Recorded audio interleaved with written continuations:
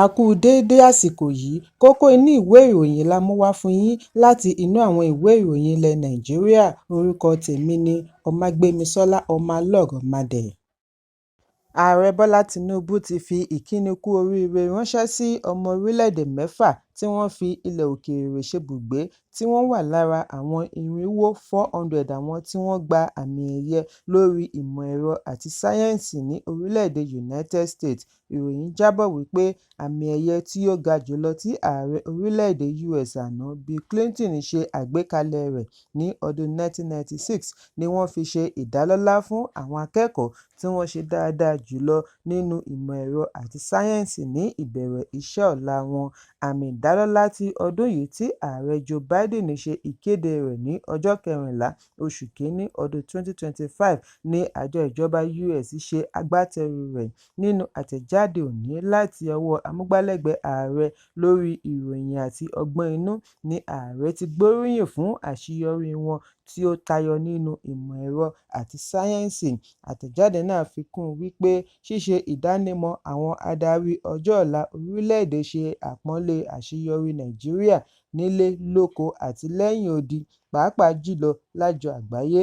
Lára àwọn tí wọ́n fún ní àmì ẹ̀bùn ìdálọ́lá láti rí Azeez Butali, Gilbert Lilly Endowed Professor of Diagnostic Sciences, College of Dentistry, University of Iowa; Ijoma Okpara, Associate Professor of Public Health, Social and Behavioral Sciences, Yale School of Public Health, Yale University; àti Olúwatómi Akíndélé, Postdoctoral Researcher at Lawrence Livermore National Laboratory. Àwọn yòókù ni Enoch Obong, Professor of Chemical Engineering, Bioengineering and Biology at Northeastern University; Olúwaṣánmi Kóyèjọ, Assistant Professor of Computer Science àti Stanford University; Abídèmí Ajíbóyè, Executive Vice Chairman of the Case School of Engineering, Department of Biomedical Engineering, Case Western Reserve University. Ẹ̀kúnrẹ́rẹ́ ìròyìn yìí wà nínú ìwé ìròyìn Punch tó jáde lónìí. Gómìnà ìpínlẹ̀ Katsina Dikko Umar Radda ti jẹ́jẹ̀ẹ́ láti gbé ìgbésẹ̀ tó nípọn lórí àwọn adàlúrú tí wọ́n ṣe ìkọlù sí àwọn aláàárẹ̀ àti òṣìṣẹ́ ilé-ìwòsàn ìjọba Kankara. Nínú àtẹ̀jáde tí akọ̀wé àgbà Muhammad Kaula buwọ́wọ́ lù ní Gómìnà Radda ti bu ẹnu àtẹ́ lu ìkọlù, bí ó ti ṣe àpèjúwe rẹ̀ ní ìwà ọ̀dájú pẹ̀lú àwọn aláìlágbára tí wọ́n ṣe ìkọlù sí ní ilé-ìwòsàn. Ìkọlù sí àwọn aláàárẹ̀ àti òṣìṣẹ́ ilé-ìwòsàn ṣe àfihàn bí àwọn wọ̀nyí ṣe ya ọ̀dájú tó, bí ó tilẹ̀ jẹ́ wípé wọ́n ti gbìyànjú àti ṣe àdínkù ìkọlù àwọn adàlúrú. Síbẹ̀, ìṣẹ̀lẹ̀ yìí rán wọn létí wípé iṣẹ́ ṣì kù fún wọn láti ṣe. Gómìnà ṣe àfihàn èròǹgbà wọn àti ṣe àlékún ètò ààbò. Lára rẹ̀ ni dídarí àwọn ẹ̀ṣọ́ aláàbò lọ gbogbo ilé-ìwòsàn káàkiri ìpínlẹ̀. Ó ní ìjọba ìpínlẹ̀ Katsina kò ní fi ààyè gba àwọn ọ̀daràn láàyè sí ilé-ìwòsàn tàbí fi ẹ̀mí àwọn òṣìṣẹ́ ilé-ìwòsàn sínú ewu. Bákan náà ni gómìnà rán ẹgbẹ́ àwọn dókítà létí, pẹ̀lú àwọn òṣìṣẹ́ ilé-ìwòsàn tí ìṣẹ̀lẹ̀ yìí ti wáyé, àfojúsùn ìjọba láti dáàbò bo àlàáfíà wọn. Ẹ̀kúnrẹ́rẹ́ ìròyìn yìí wà ní ìwé ìròyìn The Nation tó jáde lónìí.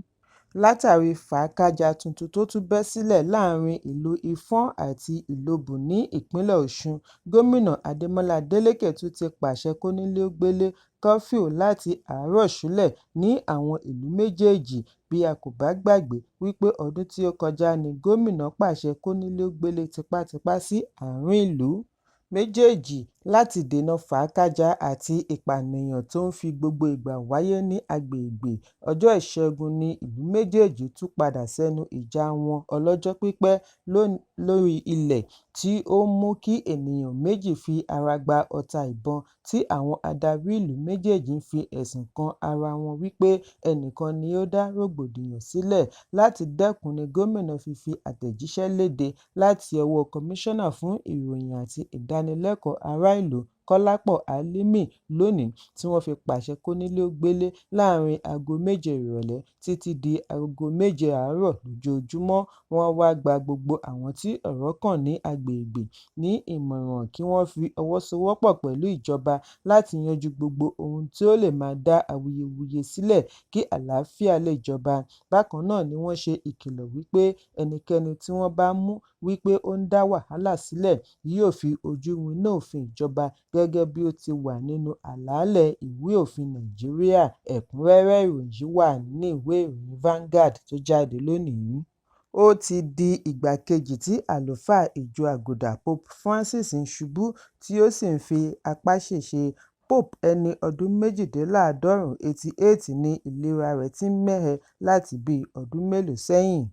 Bí ó ti ṣubú ní ilé rẹ̀ tí ó wà ní Santa Marta níbi tí ó ń gbé ní Vatican, ṣùgbọ́n egungun rẹ̀ kò kán gẹ́gẹ́ bí iléeṣẹ́ ìròyìn ṣe jábọ̀ nínú àtẹ̀jáde.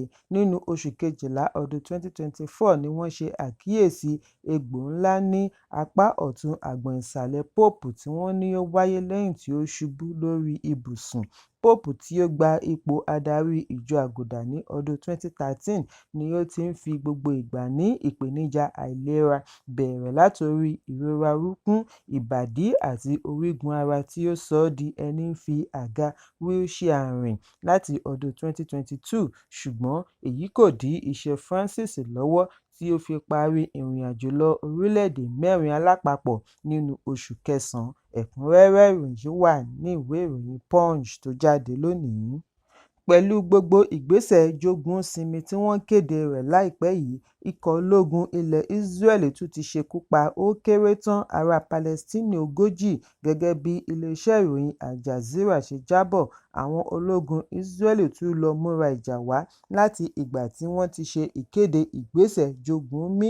Ìkọlù yìí wáyé láàrin ìgbìyànjú àti tọwọ́bọ̀wé lórí àdéhùn tí wọ́n jọ ṣe, ṣùgbọ́n òṣìṣẹ́ Hamas Izzat al-Sheikh ní gbogbo àdéhùn tí wọ́n ṣe ní Qatar capital ní Doha ni ó bá gbogbo ẹgbẹ́ Palestine lára mu.